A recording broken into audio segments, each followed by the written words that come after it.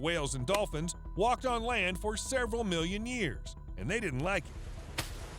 Oh, I remember this stone. Today, there's plenty of evidence for this unusual evolutionary path, which first brought mammals out of the water and then brought them back in. I already mentioned it in one of the previous videos, but recently I found another piece of evidence. Whales and dolphins are born with hair. No kidding! Well, this doesn't apply to all species, but some of them are really born with something that looks like whiskers. It quickly disappears because it's entirely useless. After all, there are no barbershops underwater. Although these whiskers are only visible in some species, hair follicles are an evolutionary trait of mammals. Well, in case you suddenly need more proof. The vast majority of warm-blooded animals need hair to stay warm and safe, but if marine mammals lose them as they grow up, they had to find an alternative. And there is one. They get fat. I mean really fat. The thickness of their blubber can exceed 12 inches, and its main purpose is to serve as an energy store to increase buoyancy and keep the animals warm, even in icy water. And that seems like a much more comfortable option than swimming in a fur coat. But since marine mammals could grow blubber instead of lost hair, why didn't they think about gills? Seems like that would be a rather convenient mutation for someone who spends all their time in the water. Yeah, I thought so too. Then I found out that it's not reasonable, for example, for dolphins to change the way they breathe. Thanks to gills, fish can descend to great depths, where it's really cold. But dolphins prefer warm water near the surface, where there's always food and you can always swim to the surface to get some air. To do this, they don't even have to stick their face out of the water. For dolphins, growing gills is like moving from a country with a mild climate to somewhere beyond the Arctic Circle. That is, you can do it, but why would you?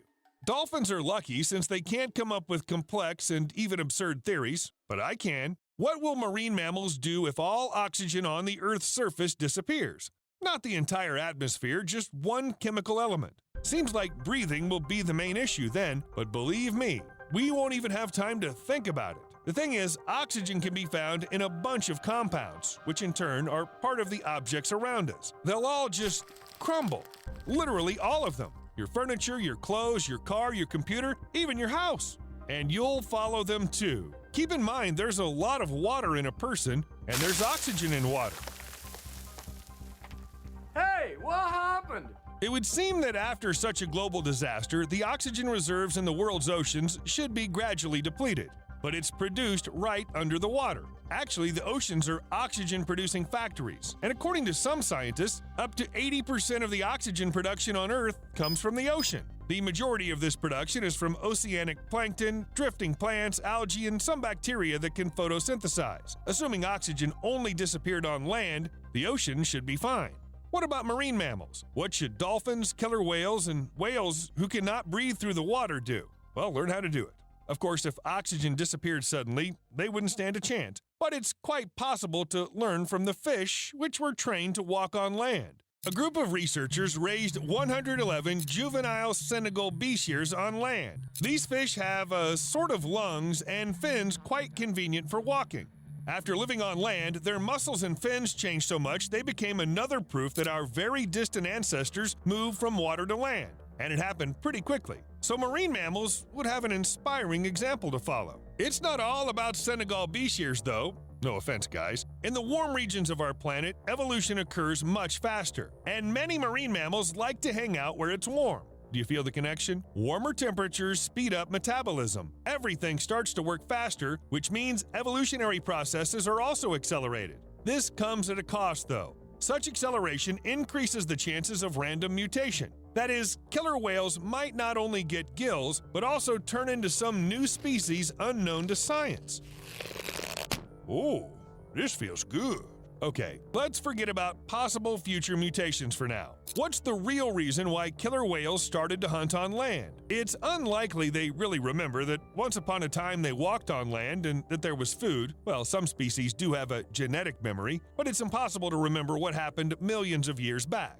Well, it seems it's all about the oceanic fish that shrank in size. Over the years of our planet's existence, many organisms became more compact. Take dinosaurs, for example. Not to mention, the fish is growing smaller right now. Over the past few decades alone, chum, sockeye, chinook, and silver have decreased in size by more than 10% all across Alaska. I think the first ones to notice this change will be the predators that eat this fish. Perhaps the killer whales also recognize that. Noticing that the fish they hunted started to get smaller, the killer whales revised their menu and added fur seals to it. Wait, fur seals often come ashore? Well then, we'll get out too. No biggie. Also, it's quite possible that even one fur seal is a more nutritious meal than a couple of pounds of fish. After all, what's the point of wasting your energy on catching small prey? Killer whales don't have a net to quickly catch a bunch of salmon and then calmly enjoy it chilling in the sun. It's important for any animal to find food that'll provide maximum energy at the minimum effort required for catching. Just imagine you have a choice. Eat a pack of chips you bought at the mall, or climb a tree to get one little chip from there, which you'll also have to share with your entire family. But you know, I'm wondering how killer whales think, whether they have a genetic memory, whether they can arrive at complex conclusions, while most likely everything was much simpler. One day, killer whales ended up on shore by accident and found that it was a really lucky accident. I'm gonna die, I'm definitely gonna die now. Oh, food. See you later.